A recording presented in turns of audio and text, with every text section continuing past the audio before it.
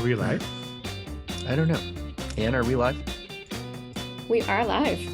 All right. We're Hi, listening everybody. now. Welcome.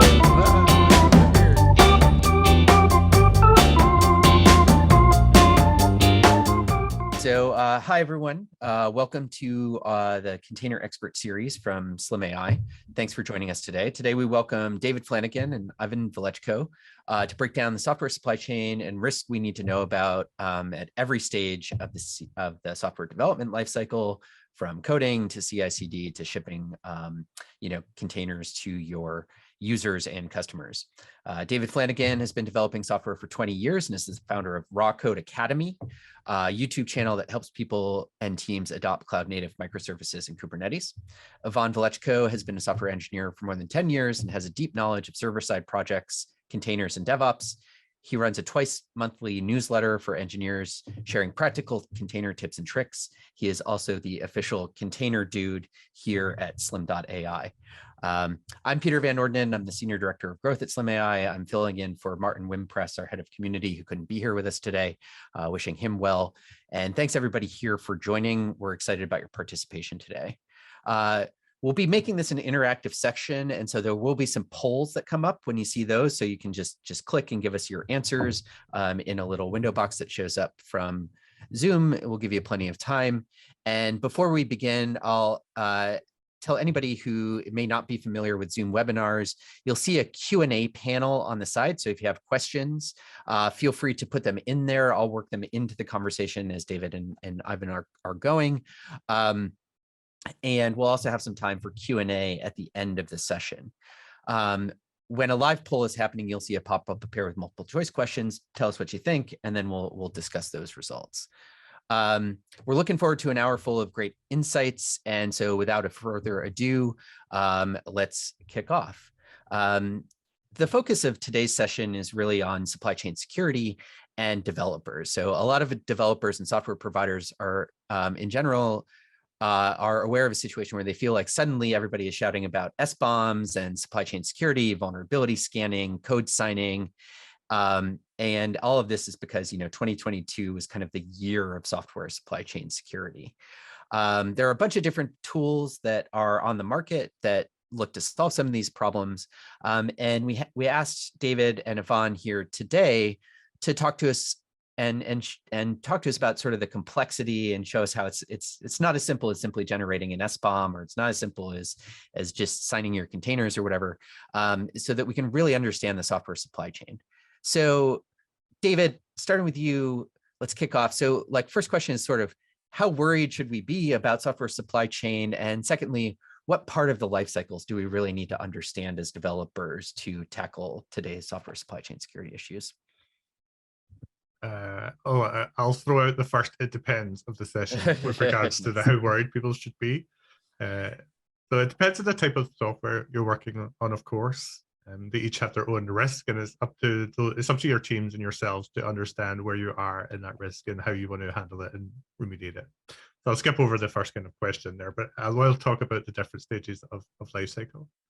Or in fact, you know what, I'll just be bold. Everyone should be really worried about supply chain security. 2020, 2021, and 2022 have been huge years in this space because of some very notorious and prominent supply chain attacks. SolarWinds probably being the biggest one. I think we all heard about it. As far as monetary value goes, it was huge. Very scary stuff. You don't really build software. As developers, and as a developer myself, I don't often put security first, and we're seeing that mindset change over the last few years, which I think is very good and very important. With regards to the lifecycle stages, that this is important for people, it's really all of them. And this is where I think the messaging right now is letting down developers. If we look at some of the major players in the supply chain space, it's all about SBOMs and signing images. This is message number one. And it is an important message, don't get me wrong. But the supply chain is much broader than that. And in fact, if we look to the SALSA framework as the kind of guiding light here, or the principles that we should adhere to, it talks about the ability to, source, so development, build, and then deliver. Those are the main stages. And build is really important because this is also where our dependencies come in. But this is the full developer lifecycle. And when we talk about, in fact, maybe we can get the polls going now just to kind of get some insights from people. I don't know if there's a magic button that needs to be pressed for that. But yeah, if we talk about building applications on our local machine, you may not think that that is important from a supply chain point of view, but it is, and it's very important because, you know, we all run IDEs. We use software from other people that we use to edit and build our own software. We use debuggers, we use linters, we use static analysis tools. The first poll question, I'm not sure if it's up yet, but you know, it's about VS Code extensions. Like if you are a VS Code user, how many extensions do you have? And do you know what the permissions model for them is? You know, they're not sandbox. They actually are host binaries that run on your machine and have access to your entire file system. So starting off the bat, we're not really in good shape, are we, if you use these kind of IDEs? But at the same time, they make us more productive.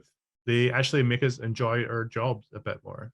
If I had to sit and write out every for loop map or fold from my brain, it would get repetitive and boring, and I'd probably lose interest. I want to focus on the interesting stuff, and I want the machines to do the less interesting stuff. However, we have to be aware of that supply chain risk.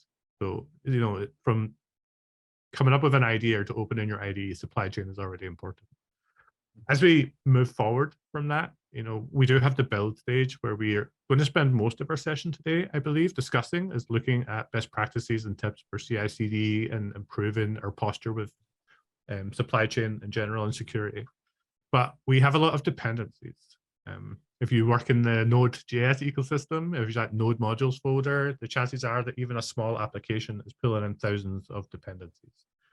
So, you know, the breadth and scope of the external software that we don't write has never been more prominent as well.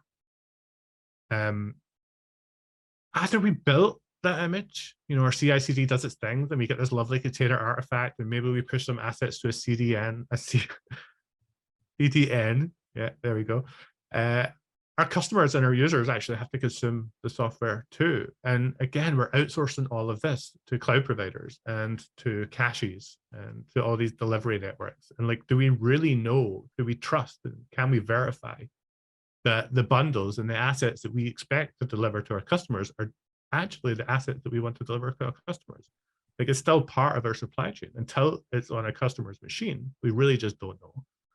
So unfortunately, the build stuff, or not the CICD stuff, is the one where we have the best answers. And on either side, at delivery, the CDN stuff, and on our local machines, we don't have great answers yet.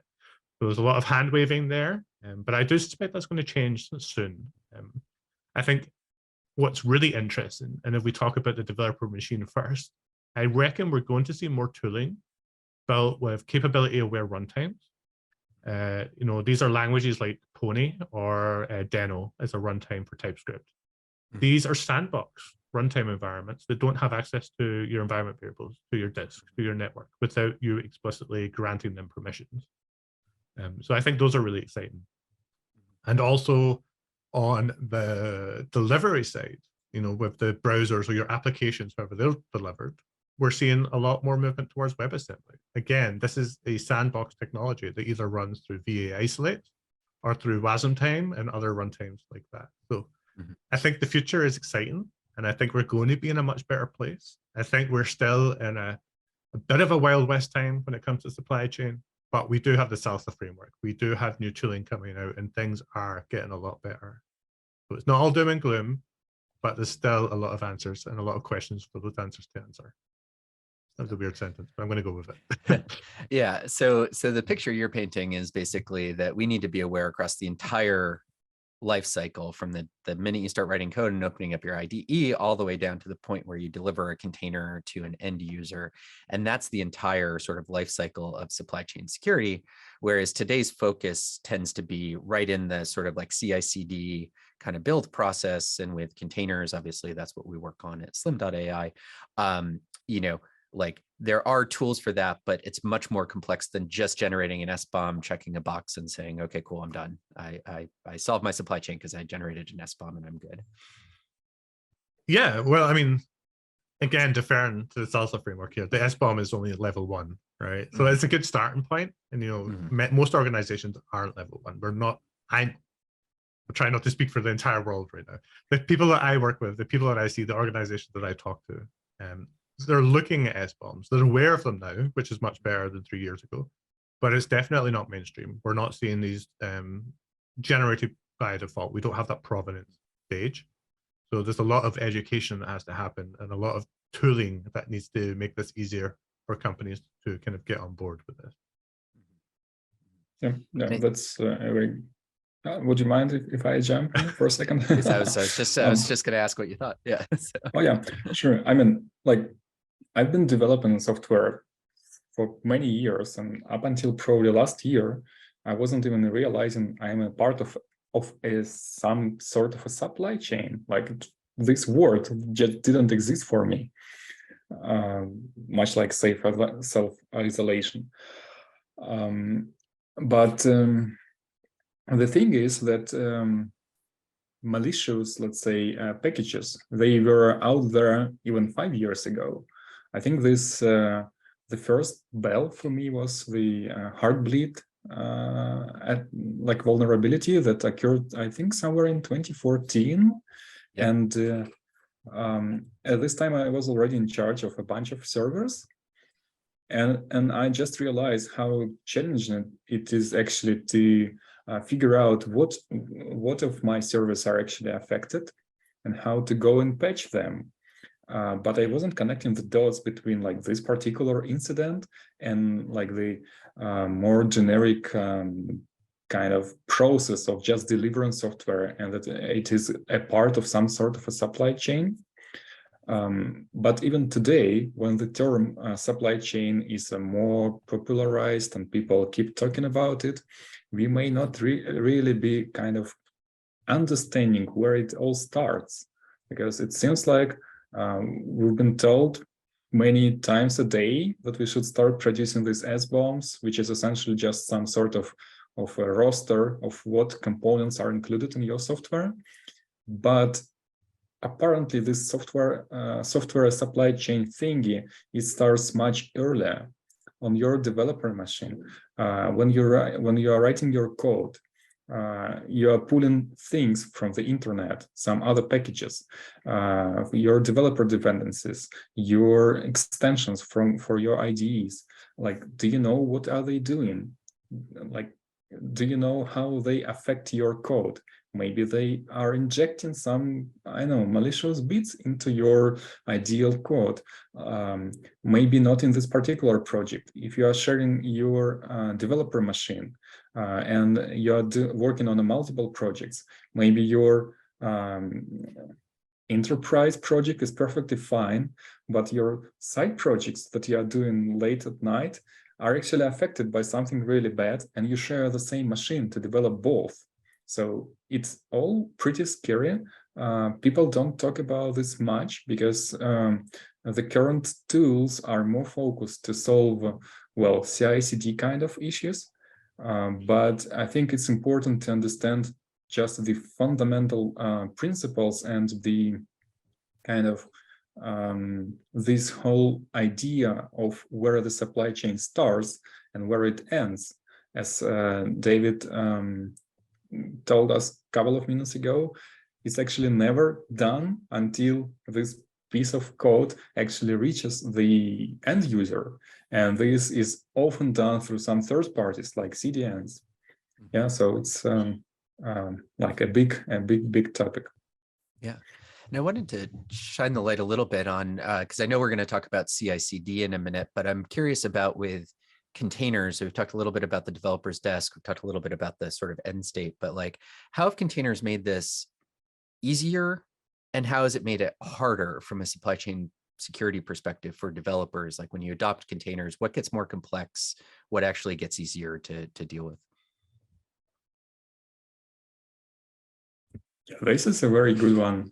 I think containers in general, they tend to improve things in a way that you get more isolation. Containers naturally have some borders, so there is a lesser chance of some, I don't know, code bits to cross the border and somehow affect another container.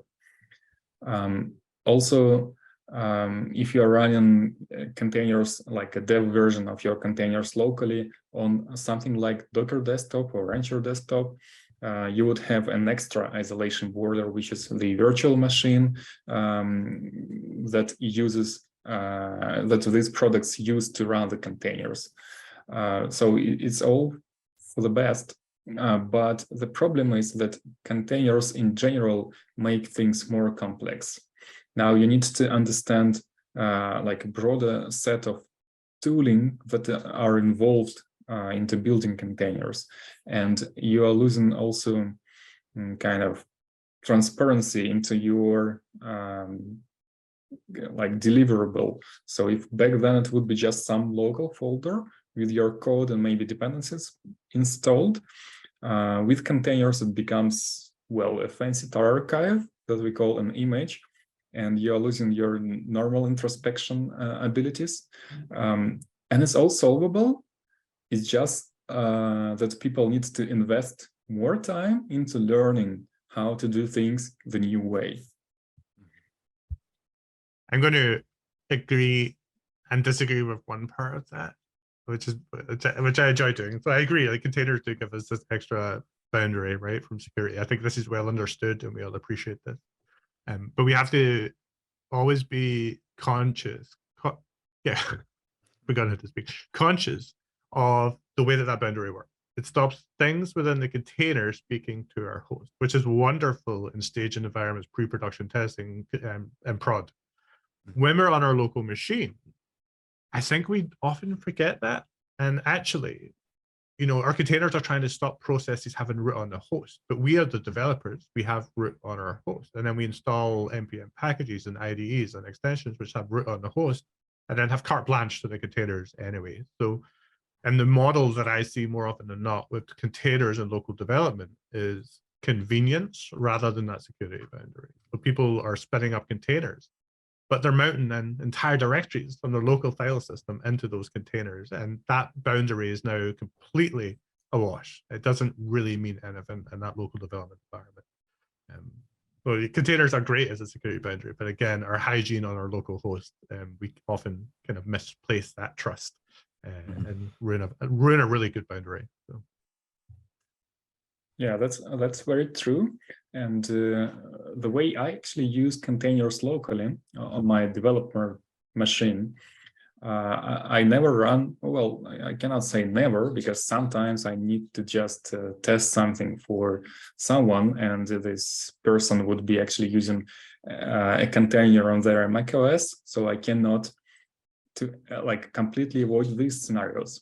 But my primary developer like loop, it's always encapsulated in a virtual machine. I typically spin up a Vagrant virtual machine per project or a tightly coupled group of projects. For instance, for my Slim.AI work, I use a Vagrant virtual machine where I have all the related code bases fetched and a local Docker engine running. And for my side projects, I have another box or 2 boxes, 3 boxes, and all of them are staying isolated. And because of that, if I somehow, I don't know, bring in some malicious piece into one of my side projects, I will not impact my important work, right? And it works both ways. So if I somehow messed up with my enterprise box, it wouldn't affect my open source projects. And the audience of the open source projects is also like an important one, right? If I will be making some bad builds of my tools that I distribute, that no one will find it kind of pleasant, right? But this might be a little bit too extreme for folks to just spin up a virtual machine every 5 minutes or so. Luckily, there are alternatives these days. So with all the tools like and services like Gitpod, for instance, you can have a developer environment that is disposable and it's completely isolated at the same time. So I think the industry as a whole is moving in the right direction. And we have actually these development environments like Gitpod because of containers. It would be much harder to create a service like that would be giving you like reproducible and more or less identical environments if you would be doing this atop bare metal and related software that were like mainstream 10 years ago. Yeah, and I think that's it's interesting because it's something you both were telling me was Vaughn, you were saying that you use a really bare bones development environment, I believe with Vim and kind of running not a lot. Whereas David, you were saying that you basically will install any extension you can find if you think it helps you develop faster. So there does seem to be this kind of like trade-off, between kind of productivity and how fast you can go versus sort of having these security boundaries and making sure that you're in the same place. And so I'm just kind of curious, like, how do you do that in a smart and sensible way? And how do you, like, as you start shipping, make sure that you're kind of being as safe and secure as you can be? David, maybe I'll put that to you. Yeah, well, I guess I'll prefix that with I probably have more open source code on my machine than there is in the GitHub Arctic vault or Antarctic vault. So yeah, I like the conveniences of many VS Code plugins, language server protocols, anything that kind of makes my life a bit easier. I would say, I mean, I'm not reckless with my installation of these. And I think, as developers, we usually have a pretty good sensor for when something doesn't feel right, especially if let's compare this to email, right? You get phishing emails all the time. But as a developer, normally you're like, this doesn't feel quite right.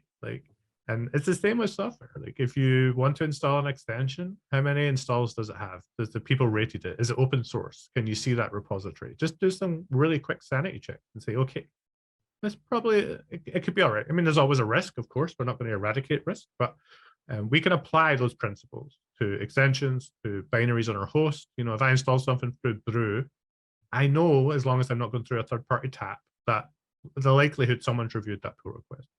If I am going to a third-party tap, again, go to the repository. Can I see the commits? Are there any random commits? Like, just give it a little bit of due diligence. And it doesn't have to be a lot. You don't need to spend an hour to install a 3-line plugin or something, but just be as cautious as you can and enjoy the conveniences.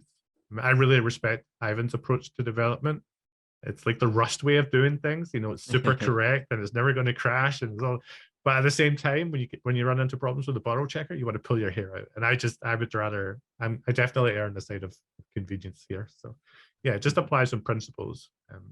Don't install, it's very easy to go to VS Code and install every theme and start scrolling through them. But again, those themes are not sandbox. They do have the ability to install binaries in your host. A really good example is the Go extension for VS Code. It installs 12 Go binaries, Go please, Go lint, Go format, all these different things. I don't know where they come from. Now, I know it's an official extension, so I give it a bit of trust, but just apply a little bit of filtering whenever you do add stuff to your machine. And one tip, we've already heard that Gitpod and GitHub Workspaces, these are fantastic tools. If you do prefer to work locally, I really recommend Nix as a good trusted source for compiled binaries and packages. So yeah, check out Nix. Nice. Awesome. Good advice there. So spinning forward a little bit to CICD. So, okay, so we've built our code and we're going to get ready to ship it. Now, like, what are we thinking about? We've talked a little bit about how the CICD market for supply chain security is a little more known, and for containers, it's a little more known. Like, what are you looking at there, and how should people be thinking about CICD as they go to ship their code in that phase of development? Yeah, I'll go first. I think it's important to highlight that where we are today in 2022 is not where we were in 2010, or even 2015. It used to be that only companies like Google and Facebook deployed many times per day and had microservices and mono repositories, and that's now almost the status quo. Containers were an enabler for new architectures. And we're seeing even the smallest agencies and smallest organizations adopt these practices, and they all come with these same risks. And that our CI/CD pipelines have had to evolve from, that one Jenkins box that sat in the corner of the office and ran a couple of bash scripts once a month or whatever to release your software, is that, oh, we're now using Circle CI, GitHub Actions, any of these services that are out of our control, but I guess we apply an element of trust. And we run them many times per day. Also, open source in 2022 is very different from open source in 2010 and 2015 too. When I was using Jenkins many, many years ago, we didn't really consume a lot of open source. You maybe had a framework that was web-based and that was it, and everything else you wrote yourself. Whereas now we don't write code for ourselves. We think, oh, is there a package for that on Crates.io or NPM or whatever?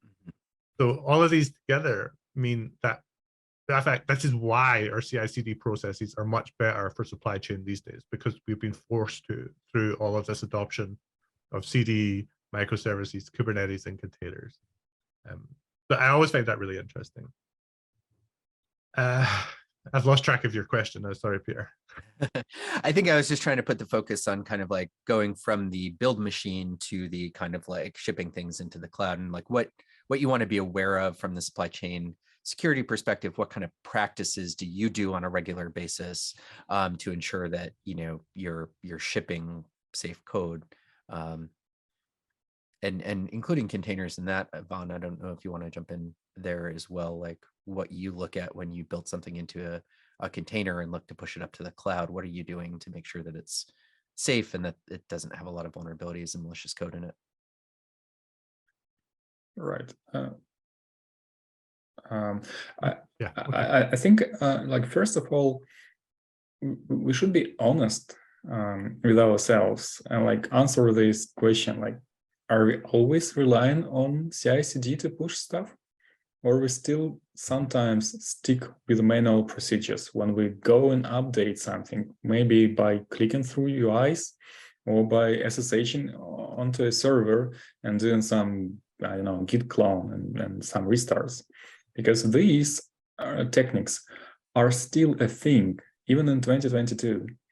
And while people are talking about the fancy CI/CD and like different ways to do them and different checks you can do on the way, maybe we could take a step back and make sure all our processes and procedures are actually automated and reproducible. Because this is one of the aspects SALSA, the security framework, is actually asking you to do, is to make sure all your steps are automated and scripted. And this is for very good reasons. It's not only because of reproducibility of your builds, but it's also about being able to just build something. Because being unable to ship your software, not because of vulnerabilities, but just because of any reasons, is a software supply chain threat. Like your chain is broken because of that. So we need to make sure that we are not just trying to put every like hot piece of software producing any S-bombs or whatever into our pipelines. First, let's make sure that all our processes are actually, well, reproducible in a way that you can go and run one single make target and it builds something. That's one thing. And once you're good at this, then you can go and try to see how your CI/CD can be improved by adding extra layers to it. Yeah, it makes a ton of sense. David, did you want to get in on that? Yeah, sure. So I think with CI/CD, I'll try and just deliver like a few actionable tips. So I'm trying to like, the first mistake that I often see the most is people running their CI pipelines in their production Kubernetes cluster. And I can't tell you how bad an idea that is. So, that have a degree of isolation for any of those build steps, because you're often running untrusted code. And you never really want, like, it's easy to think, oh, so it's in its own namespace and it's in containers. But I think we've seen time and time again that lateral movement within any infrastructure, especially from a CI, which is an extremely privileged environment, right? Think of all the tokens that we mount into there to speak to AWS, to Google Cloud, to Kubernetes clusters, to DNS configuration, things that when they're changed, you may not even know right away. And those are the ones that are going to get you. Like if your AWS credentials are pushed over the internet to somewhere and then 6 months later, someone just sits there waiting, biding their time, and then makes that lateral move, you're just never going to know where that came from. So yes, isolate those as much as possible. And whenever possible, really restrict those processes. Like, to be honest, there's no real reason you should have outbound network access in the CI process unless it's to domains that you explicitly approve. Like, you know, you're going to be speaking to PyPy or to GHCR or to npm.js, etc. So just restrict the access to those because the attack surface is going to be drastically smaller than having unbounded HTTP or TCP egress traffic from your CI/CD pipeline.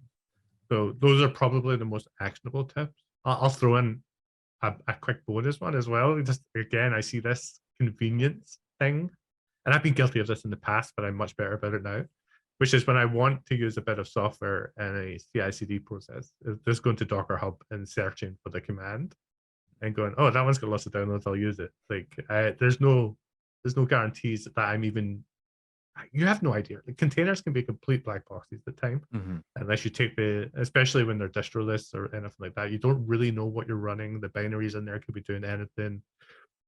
I mean, we don't have a poll for this, but I'm guarantee you it'd be 100% no. But who's running Stetcop filtering in their containers or Kubernetes processes? I don't think we're seeing it. It's too hard right now.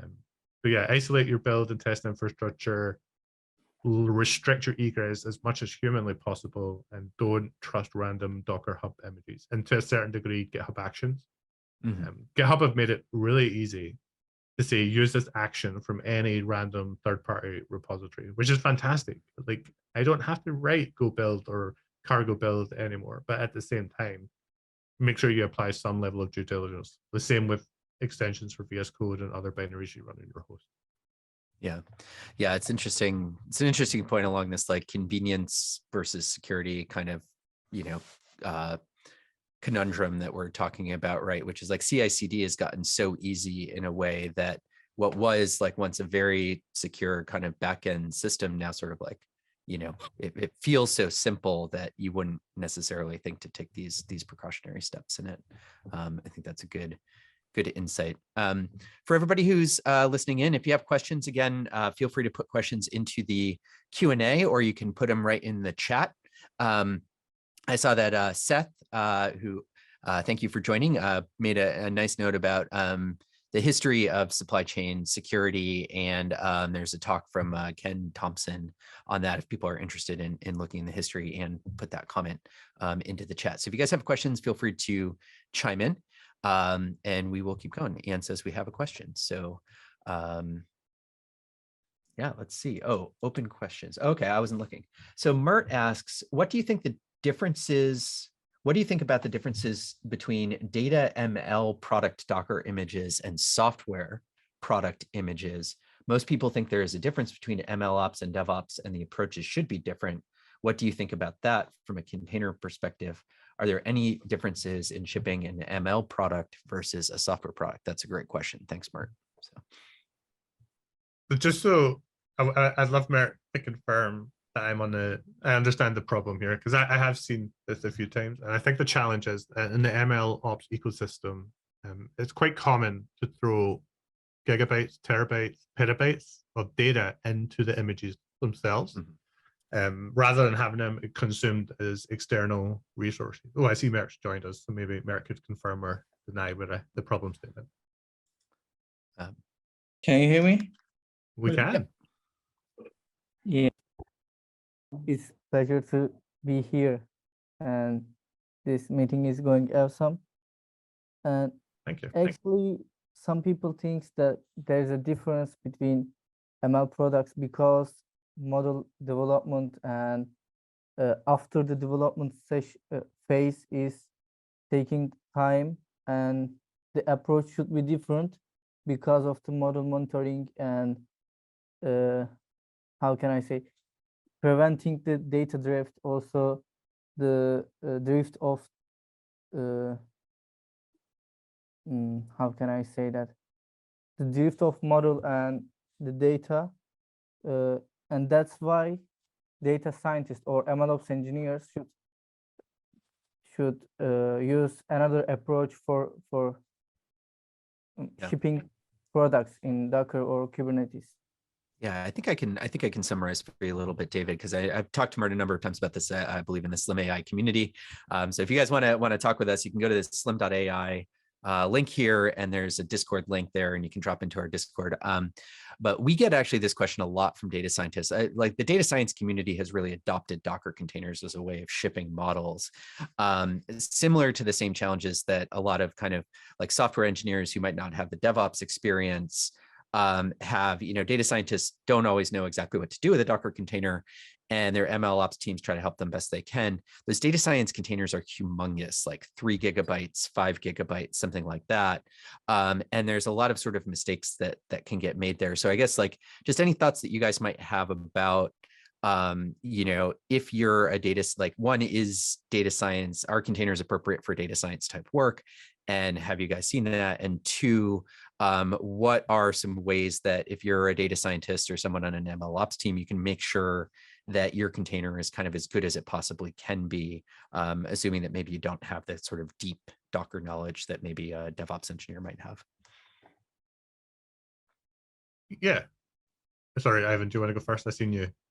Yeah, I mean, while in my opinion, while technically there might be like differences between ML ops and DevOps or like whatever ops, the fundamental principles are still the same, I believe. Like when you are producing your code, you need to make sure your kind of identity and like who actually wrote this code. When you are producing your artifacts, you need to get them signed. When you are configuring some like security boundaries, you need to make sure they are minimal. When you are configuring your CICD, for instance, you need to make sure it's more or less ephemeral and you don't reuse your workers. Like all these principles, they are universally applicable, be it in like a machine learning domain, regular server-side development, front-end development. All of the domains are affected by the same vectors of attack and are benefiting from pretty much the same fundamental principles. So we just need to make sure we, again, understand the whole supply chain thingy, like where it starts, where it ends, and we understand what steps are more risky than others. Okay, I guess I'll tackle this from the other end of the question, again, assuming I've understood it correctly, and I'll focus on the size of the container. I think we're seeing some really cool changes now within the data ecosystem. The ones that are important to me are Apache Arrow and Apache Park. I've never said this out loud before. Parquet. I'm not sure what the correct pronunciation is, but these are an in-memory form, and Apache Flight, sorry. So the three of them together give us like an in-memory format for memory sharing across processes. That also gives us the ability with Parquet to read these streams from blob storage like S3. So we're seeing data being a lot easier to move around and across processes in memory because of these three technologies. And I think those are enablers for us to reduce the size of these container images drastically. Obviously with a small hit on performance in that they're not going to be right there on the file system, but then you still need to Docker pull that image anyway. So you're going to get faster startup time. And it may be that the lag or latency from the reads is actually preferable. So I think these are really interesting. However, there was a really cool project from CERN, who obviously have a lot of data, called CERN VMFS. And they actually built a proof of concept, which I believe they still use today. And I'll find a link to their talk. There's a few things on YouTube and there's a webpage for it. But it is a lazy file system for containers where your container image size is literally like 1 kilobyte. And then as the driver wants to read, as you put in a read request with the syscall, it will remotely fetch the file from the location and then pull it in. The demo they did at the time was where they had lots of containers with all the tools in the world, like MLOps probably need, but they never actually reach the container itself until you try to use it. And that just-in-time access is super cool. So I will share a link to that in the chat in just a moment. But I think it's getting better in this space. Yeah, is that similar to the AWS Seekable OCI, the Sochi project? I don't know if you know that one. We just talked about that one recently. It sounds very similar, and like this Seekable OCI and the thing Docker Slim itself does, they are all on pretty much the same kind of I don't know, area. Like the end result is slightly different, but yes, this on-demand usage of resources. This is the common theme there. And while Docker Slim, you could use it for generic images, like your, for instance, typical server-side projects, to optimize and reduce their size. Docker Slim will throw away things that weren't used kind of forever. And at the same time, this project David was referring to, it sounds like a slightly different approach, where you don't throw away things, you just don't load them until they're really used. And but at the same time, both, I believe, like approaches are based on some runtime analysis of what is really being accessed. And this is like a very nice, it sounds like a very nice optimization, yes. And it kind of gets to something that we haven't addressed directly, right? But is this, so I think what we've been describing so far is this, there's sort of this world of complexity that comes with open source, right? That like you have all of these different dependencies and stuff that might be getting pulled into your applications. In order to build software that is as secure as possible, you want to reduce sort of the noise there. You want to reduce and really ship only what you need to run in production. Otherwise, you might have stuff that you're not using, and that could be vulnerable to attack or whatever. I'm wondering if maybe you guys could kind of double click on those concepts. And then, one thing I happen to know about the data science images for Mert's benefit is that it's actually those NVIDIA CUDA drivers that are humongous that kind of get lumped into the container. So knowing what's in your container and spending some time on that to understand both what's running and what's inside it and how important that is. So maybe you guys could talk about that a little bit and how you approach those things.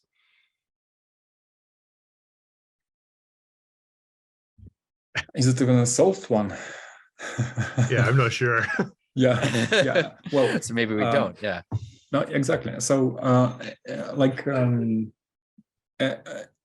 all the security aspects aside, as an engineer, I know a couple of ways to actually answer this question, and to actually introspect into my container images and figure out what files are there. Like on the command line, I would use something like Dive, a beautiful tool to just go through the layers and see what files and what layers were added. Also, I can easily extract the content of an image into a folder and just use my normal system tools like cat and ls to just inspect the files. But when it comes to the security aspect, I can troubleshoot problems like something is failing and I can see if the file is there and what contents is there and so on and so forth. But when it comes to security, I cannot really tell apart a valid file from a temperate file. They all look the same to me. The only thing to kind of solve this is by signing our code, by signing our commits, by signing our artifacts produced from this code, and so on and so forth, but it should be all without any single gap. All the solutions we provide currently with SBOM generation, they should start from somewhere, and at the moment they probably just go and trust your package manager and its database. And if it says, okay, this package X is installed and it's of the version Y, they would just go and put it into your SBOM, into a list. But is it so? How can I trust it unless I can track the provenance back to the actual code that was built? There are tools like the chain guard, the whole chain guard ecosystem that tries to make sure that we actually track this kind of accountability of the artifacts, starting from the compilation phase and up until they are packed, all these artifacts packed in a container image. Sounds like a great approach, but now imagine you need to produce an image that consists of 100 of the packages. It would take you a while, and then go and try to replicate this approach to the whole company that is doing like tens or hundreds or even thousands of different containers. So it seems like we know some approaches that might work, but at the same time, we still, as an industry, haven't figured out like a universal and efficient enough way to solve this problem. That's my current kind of standing on this. David, do you agree with that, or do you have another take? Yeah.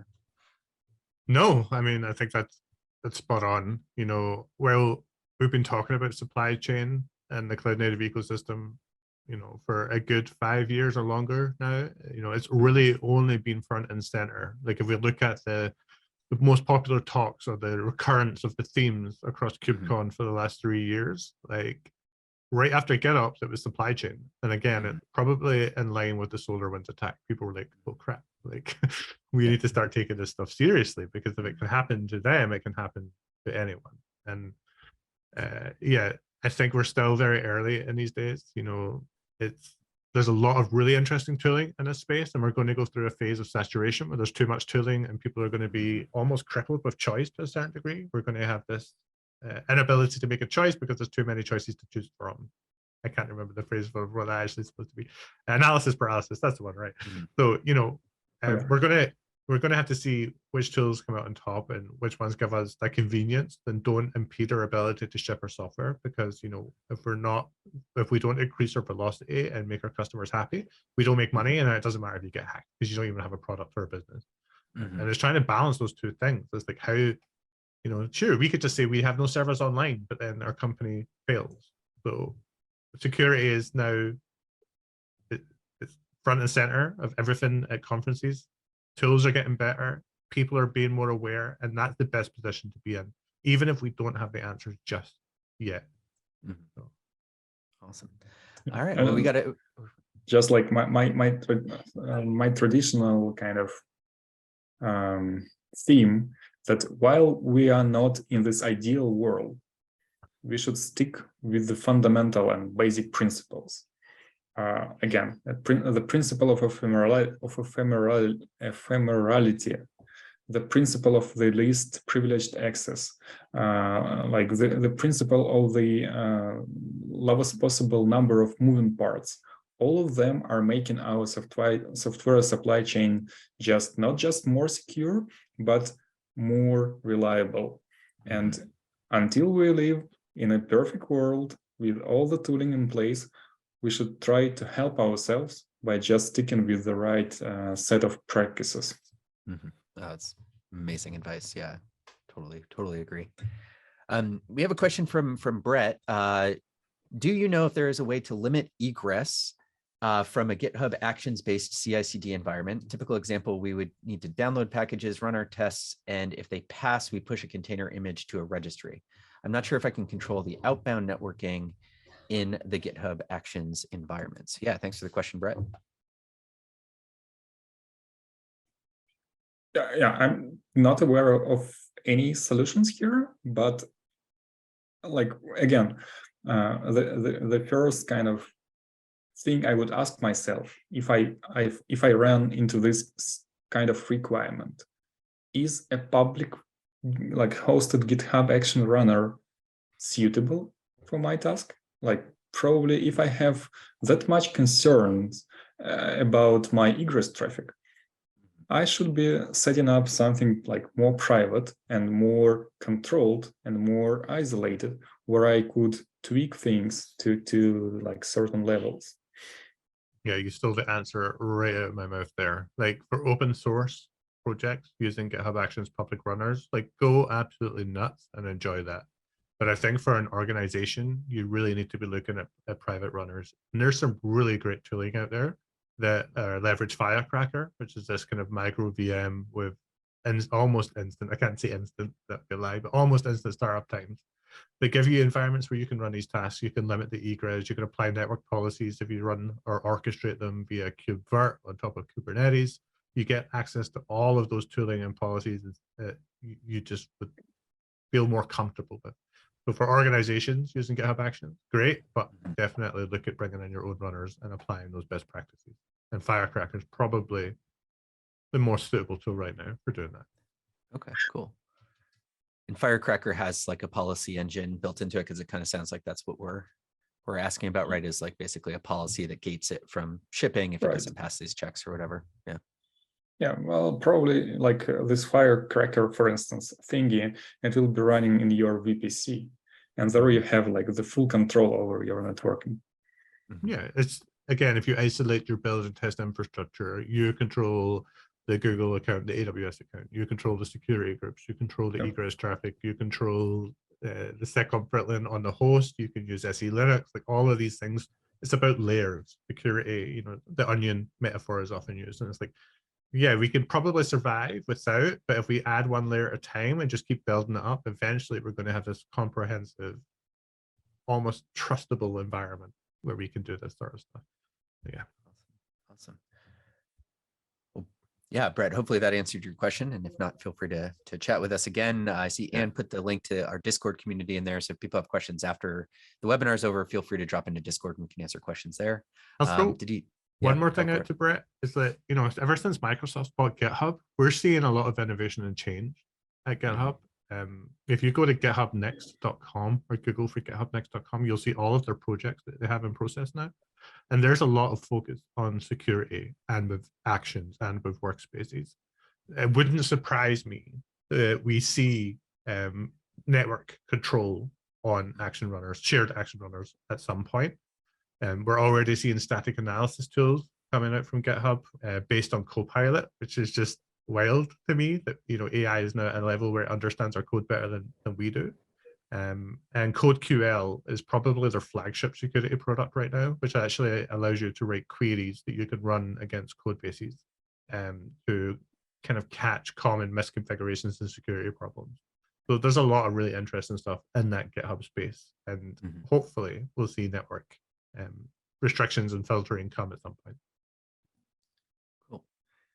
Cool. Awesome answer. I know Brett knows a thing or two about GitHub. He's a friend of ours from KubeCon, but he's building out a startup, I believe, right now. So probably a lot of stuff to do for him to kind of do the end-to-end stuff. So that is great. Cool. I guess I had one question that kind of occurred to me as we were talking about kind of like knowing your code and signing and all of these kinds of things. How do we think, we mentioned like, okay, don't just go to like, you know, some public image somewhere and just grab it at random and assume that it's like, okay. But oftentimes we're like consuming container services in the form of containers from third parties. So how do we do due diligence on like third party containers? Let's say I want to use Grafana, or I want to use, you know, something from a vendor that I'm using. How am I going to do due diligence on those things? Yeah, I think this kind of exercise David was describing at the beginning of this webinar. How do you do this due diligence for your dependencies, like in general? You just, at the moment, unfortunately, go and check how many stars a particular project has, how many downloads, how many open issues, what was the date of the last commit there, like things like that. And then you do just like your best judgment, like, is it good enough to be pulled in my machine? When it comes to more production-like use cases, you may have some like audit and some more formal like requirements. And there are things like vulnerability scanners. So you may, in addition to this initial kind of due diligence that you do as a human being, you can put this particular image, through some additional steps like doing scans. Not ideal, but gives you some additional kind of peace of mind, right? And of course, you may want to rehost this particular image, because who knows, maybe it will be replaced one day, maybe with a broken release, maybe with a hijacked release, like shipping you some vulnerable, not just vulnerable, but like malicious code instead. So rehost, pin the version, all kind of like rescan periodically. That's what I would do. I mean, it's hard to give better advice than that. Like, just I'll add one or two things. You know, like I said, pin the version. Never use latest. Make sure you understand the version that you're using. As far as due diligence goes, make sure that, you know, say it's Grafana, and I don't mean to kind of pin them out, but it was mentioned. Just go check the repository, see how often they're released. Are they updating? Are they doing nightly builds from the base layer? Like, because that's the one that goes stale the most, right? People are really good at rebuilding their image nightly, but they often don't build the base layer, and that gets stale for 3 months or 6 months, and that's where all the CVEs are festering. That's where the base operating system is. So just making sure that they have good practice around those base layers, that they're building regularly, make sure they're tagging their releases, make sure you're using content addressable hashes rather than just using container image tags. That's going to be the best shape you can get. And then lay it on security scanners. You know, there's a whole bunch of them out there. And I think probably the company with the best tool chain right now is probably GitLab. They have SAST and DAST-based scanning that you can apply to all of these things. It's really interesting. Container image scanning by out of the box. Like, you know, all the tools are there, and they don't remove your risk, but they will at least highlight, you know, we have a really good CVE database out there. So if we make sure our containers aren't vulnerable to those, we're in a much better shape than whether we don't know. And don't know is borderline negligent, I think, in 2023. So. Yeah, awareness is the first step for all of this, right? Yeah.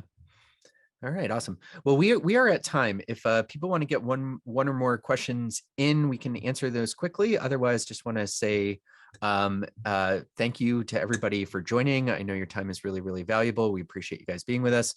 We'll be doing another session that'll be focused on sort of the organizational challenges. We've touched on a few of them here, but we're really going to dive into working with other people and working across large teams and how you sort of implement these things that we've just talked about in a systemic way in an organization, what you might run into with some great hosts. But yeah, Yvonne, thank you very much. David, thank you very much. Any last thoughts for everybody as you go through? Yvonne, let's start with you. Yeah, like be conscious about whatever you are doing and stay minimalist. I like it. David, any last thoughts from you? Yeah, take the first step. Go update your GitHub action today. Add an image scanner. It's the easiest first step you can make, and then just like layers of an onion, add one a week, and you'll realize that compound interest. In 6 months' time, you're going to be in very good shape. So take the first step and keep it up. Awesome. That's great. Great advice. Both I see Abby has said keep it slim, and as the head of growth for Slim, I'm going to say, yes, do that as well. So yeah, we'll be talking about that a lot more in future exercises. We talk about that on our Twitch stream all the time. So, connect with us in Discord. Thank you guys again for joining. Thank you, David and Yvonne, for being here. We really appreciate it. So, thank you for having me. It was a pleasure. All right. Thanks, everybody. See you in the next one.